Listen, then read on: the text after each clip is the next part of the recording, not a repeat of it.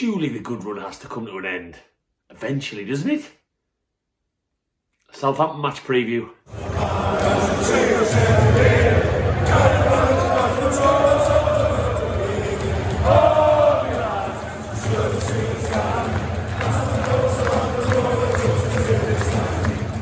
Welcome back to another video on the channel, Newcastle fans. If you are new to Black and White Banter on YouTube, make sure you click the like, click the subscribe. We appreciate your support, and hopefully you've already got us on Facebook and Instagram, because don't mind to blow me on trumpet, but our banter on there is pretty good. So make sure you get us on social media if you haven't already as well. So, Southampton.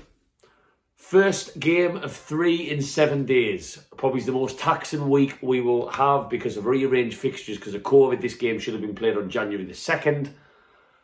If Ralph Hasenhüttl, the Southampton manager, hasn't already told you, my God, if the way they don't see his press conference, that man will not stop whinging about the fact we've got a completely different team. You know, that team that's got Shah, Dubravka, Kraft, Murphy, Joelinton, Shelvey, Fraser, you know, the same players we had before January the 2nd.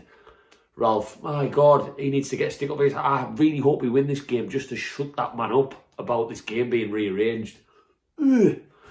So, things are looking rosy in the garden. I'm looking forward to it again, which is fantastic for me to say on another video that I am looking forward to our next fixture. And I am with this one. I think Southampton are a good team. Both teams are in great form. Southampton have been in fantastic form. Probably a better time for us to play them would have been on January the 2nd. A better time, not form-wise for us, but they weren't in that good a form at the time. And now the way things have worked out, we are both in good form going into this one. Apart from Saturday's game for Southampton, they did have a blip on Saturday. They got bummed by Aston Villa. I don't know if anyone saw the highlights. Coutinho ripped them a new one. But apart from that, they have been in decent form. But I do think we're the favourites. The slight favourites. I'm not going off the bookies or anything like that. I'm going off what I know going into this game, what I've seen of us, what I've seen of them based off Saturday's result when they got battered. I think we do edge this one. And I think out of the 3 games we've got in 7 days, because we're freshest going into this one, I think this is our most likely opportunity to get a win. A lot of people might think it's Everton a week on Thursday away, because they look in free fall at the moment. But obviously Chelsea on Sunday for me is a free hit. I'm not going to touch on that game too much. It's a short turnaround. And I think Eddie Howe has got to make some changes over the next 7 days, and I fully expect him to. He's not going to play exactly the same 11 Thursday, Sunday, Thursday. And we are in a position where we can double up a bit in some areas of the field now. So for example, Murphy and Maximin have both proved they can do a job. We know Maximin can, but Murphy's looked pretty good in his absence the past 3 or 4 weeks, so he can play there. You've got Bruno to come in maybe instead of Shelvey, Bruno to come in instead of Willock. I mean, Joelinton's undroppable. Let's face it, the Jordi Pele is not coming out of that team. Defensively, we've got Lascelles, we've got Fernandez. God, I love Fernandez. I would more than happily see him come back in. Would he be a bit rusty? Yes, but I expect some rotation. I don't expect some rotation on Thursday against Southampton. I hope he keeps the team the same, because they've had 3 or 4 days now under the belts training, nice and fresh and ready to go. The changes might come against Chelsea, where Eddie Howe might see that as a bit of a, well, it's not our priority out of the 3. And I would understand that. We've got to remember where we are. We are still in a relegation battle. Chelsea out of Everton and Southampton as a three fixtures in a week is the least winnable game, and that might be where he makes the changes. But these aren't bad options to bring on. Bruno, for example, I think we're all going to be excited to see him. So he will get more game time in the next sort of 7 days. So that's exciting, because we all know he's capable. And Southampton play good football. They play quite fast-paced football. They're great from set pieces. So defensively, we have to be on form. With Ward-Prowse in tow for them, he knows how to whip the ball in. No daft free kicks in daft areas, because we know what he's like from that. But I'm more thinking, as I've been doing for the past 3 or 4 weeks, rather than looking at the opposition and going, oh, God, they've got them, they've got him. I'm now looking other end of the spectrum and thinking, do you know what? He's in form for us. Joelinton's in form. Willock's in form. Defensively, we look solid. Dan Burns a brick shithouse. Matt Targett's looking brilliant at left back.